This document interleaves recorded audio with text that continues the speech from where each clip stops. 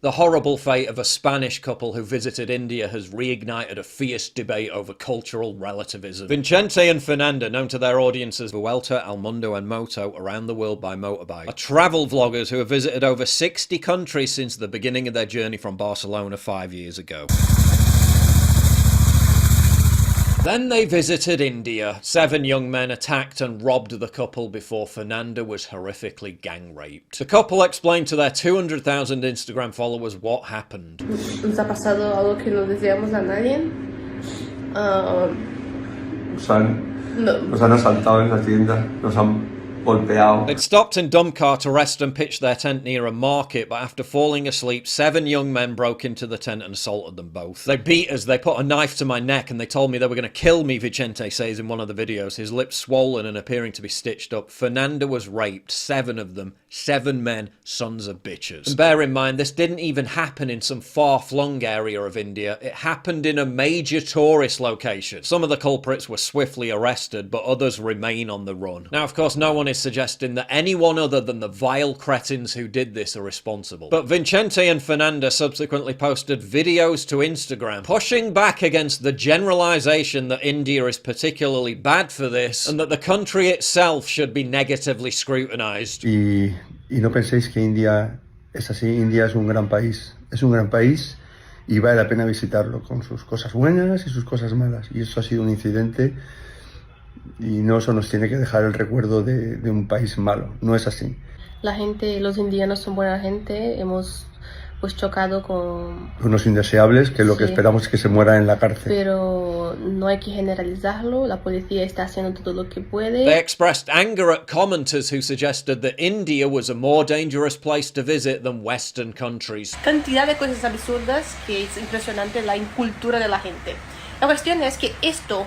Una violación, un robo, puede pasarte a ti, a tu hermano, a tu madre, a tu hija, a todo el mundo. And they even went on to say that countries like India, Iraq, Afghanistan and Pakistan were, quote, much safer than Europe. Esto le puede pasar a cualquier viajero, novato, experimentado o cualquiera. Nosotros hemos acampado en 66 países. Hemos estado acampando en Irán, en Afganistán, en Pakistán, en India, en Arabia Saudí, en muchísimos países.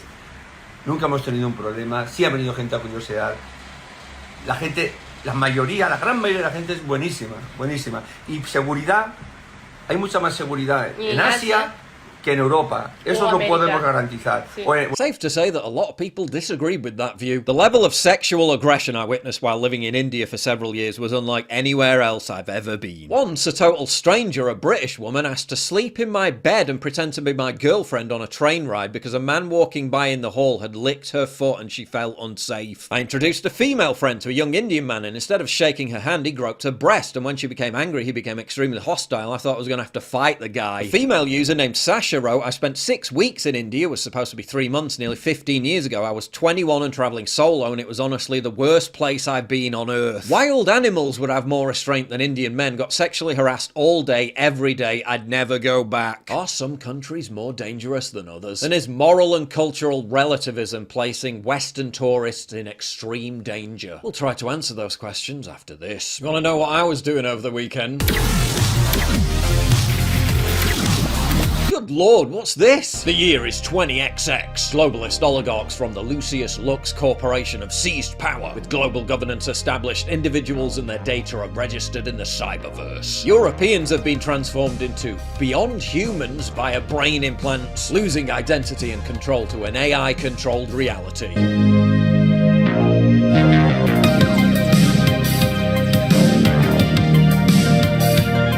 The corporation plans to build back better with complete dominion over the world. But the resistance is here, and you're leading it. You are Human 1028.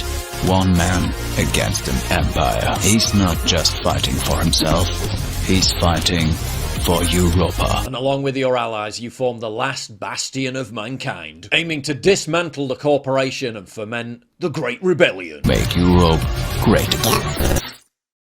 You'll probably recognise some of the final bosses. I have come to groom you for the spider.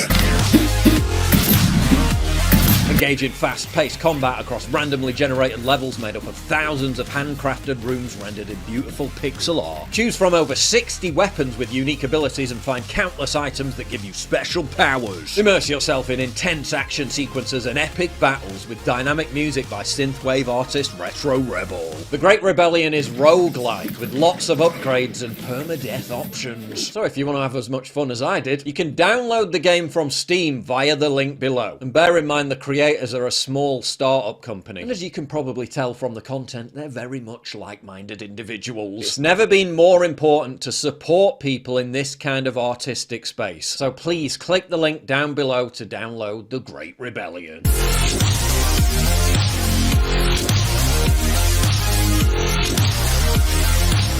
Despite what happened to them, Vincente and Fernanda assert that India is no different to other countries and even safer than Western Europe. And despite comments like this appearing on their Instagram page in response to this video nearly a year ago from someone in Pakistan, welcome to Pakistan, but please follow the dress code in this country. The way you dress up here is not considered right and might lead to unfortunate events. There's a reason why Delhi is known as the gang rape capital of the world. A Thomson Reuters survey canvassed 550 global experts in women's issues. The outcome?